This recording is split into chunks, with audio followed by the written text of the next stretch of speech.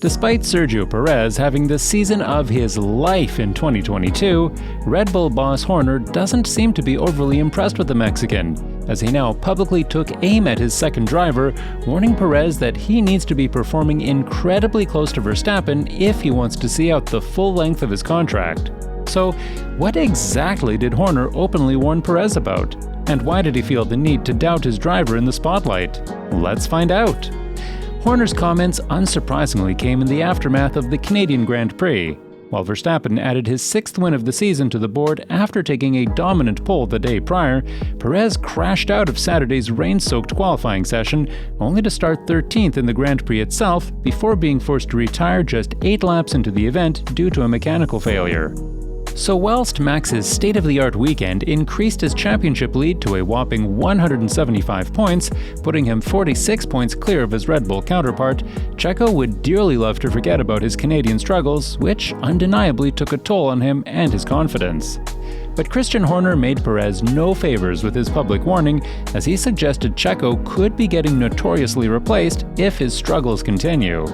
While speaking to the Cambridge Union, Horner opened up about Red Bull's young driver program, which is packed to the brim with promising talent, posing a prodigious threat to the 32-year-old Perez.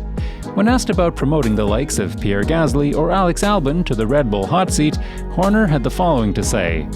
Well, obviously, by taking up that option on Sergio for the next couple of years, it locks out the seat unless he absolutely doesn't deliver for whatever reason in 2023 or beginning of 24. So, for somebody like Pierre Gasly, that's incredibly frustrating, or Alex Albon because it's locked out that seat. The Red Bull boss stated before, suggesting Perez's age is starting to be an ever-increasing worry for the Milton Keynes-based squad, who most likely see the next 2 seasons as Perez's final stint with the team. Sergio is not getting any younger. He's 32 years of age now, and this may well be the last contract he signs. So, could Perez's future with Red Bull be cut short? The simple answer is yes. The long answer is it depends. Here's why. Red Bull is notoriously known for their zero tolerance for underperforming drivers, so Perez's contract undoubtedly contains a lengthy exit clause, which would allow for Red Bull to terminate his ties to the team prematurely if certain performance benchmarks fail to be met. Those might include average qualifying gaps in terms of lap time to Verstappen, or the more likely option being Perez having to score a certain percentage of Verstappen's championship points, most likely in the range of 60 to 70%. And while Perez simply had a bad race in Canada, and he himself insists he just wants to move on and prove his worth next time out in Silverstone, there's a good chance he could get away with a bit more slacking this particular season than he usually would, and here's why. Red Bull's RB18 car is undeniably the class of the field, with the machine claiming 7 wins out of the 9 races this season, miles ahead of championship challengers Ferrari. This means that even if Perez doesn't raise his game, with the likes of Charles Leclerc arguably performing above the Mexican's level, it could still end up being enough, as Leclerc might outright be the quicker driver between the two, but lacks the machinery to properly challenge the Red Bulls on race pace. So if Verstappen keeps on pulling away in the Drivers' Championship, with Red Bull's car holding on to its dominant position as the fastest machine on the racetrack, all that Red Bull might demand from Perez is to simply keep within touching distance, bringing home chunky points finishes to secure the team's first Constructors' Championship trophy since 2013, while Verstappen claims his second successive driver's crown. Verstappen is deeply embedded as the clear number 1 down at Red Bull, with a general expectation for Perez simply being picking up the pieces and somewhat matching Verstappen without challenging him too often. And while Checo is clearly closer than ever this season with the new Red Bull car philosophy suiting his driving style more than that of Max, it's still beyond evident that no change of the guards moment is happening down at Red Bull anytime soon. And Horner himself is vividly aware of that, as he took the time to publicly praise Verstappen just a few short days after questioning Perez's future with the team. The Red Bull boss started by admitting how incredibly impressed he's been with Verstappen's increasingly mature and calculated driving style this season. He did a hell of a job last year. But again, the racing this year has been excellent, and the cars can follow a bit closer. We've seen that across these 8 races or 9 races so far. So yeah, he's definitely built on his experience from last year, and you can see that having won that World Championship. He's just driving with even more maturity, Horner concluded, really showing how firmly he stands behind the championship leader. So, what does all this really mean for Perez?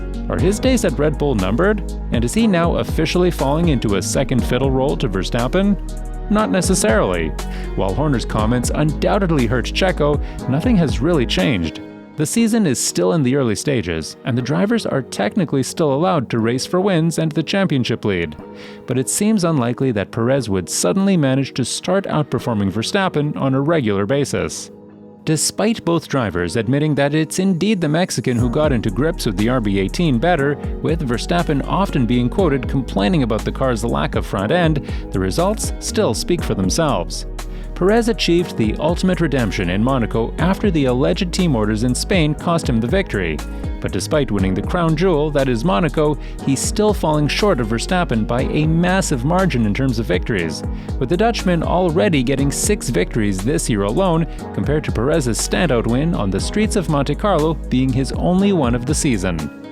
But after Checo took the checkered flag in Monaco, Horner clearly made the playing field level for both drivers, as he went on a bit of a rant, sharply responding to Jos Verstappen, who suggested Red Bull should be giving Max priority treatment. It's not Sergio Perez Racing or Max Verstappen Racing, it's Red Bull Racing, and they work for the team. They have a responsibility. They drive the cars that the 800 employees here have designed and produced for them, so they're one link in the chain, he was caught saying, suggesting he's up for a small internal rivalry. But all of this is only applicable if rivals Ferrari and potentially Mercedes fail to close the gap to the seemingly invincible Red Bull car.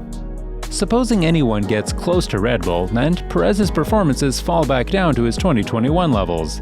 In that case, Horner's suggestions of Checo getting swapped for someone like Gasly or Albon could potentially end up true, as Red Bull would need both drivers to be firing on all cylinders to hold on to the Constructors' Championship lead. How comfortably can Sergio sit in that Red Bull seat could become evident as early as this weekend at Silverstone.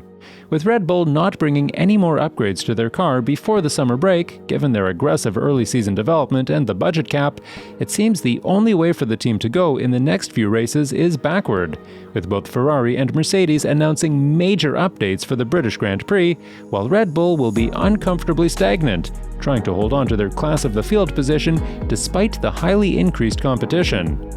Horner has spent all week talking up rivals Ferrari and Mercedes, so if the two teams become a real obstacle in the way and start threatening the Red Bulls, Sergio will need to find a couple of tenths up his sleeve, as Horner's comments suggest he could be shown the door otherwise. But we want to know what you guys think. Do you think Perez could get replaced before the end of 2024? Is he simply a second driver at Red Bull? And do you agree with Horner's comments? Let us know in the comments down below. We've recently started a second channel called Front Row Lockout, where our sole aim is to keep you in pole position with all the latest stories from the F1 paddock with sub 3-minute long and value-packed videos. We would dearly appreciate your support by subscribing. Plus, there's an ongoing giveaway for all subscribers of the new channel, which you surely don't want to miss, as you can win prizes such as your favorite team's merch and much more.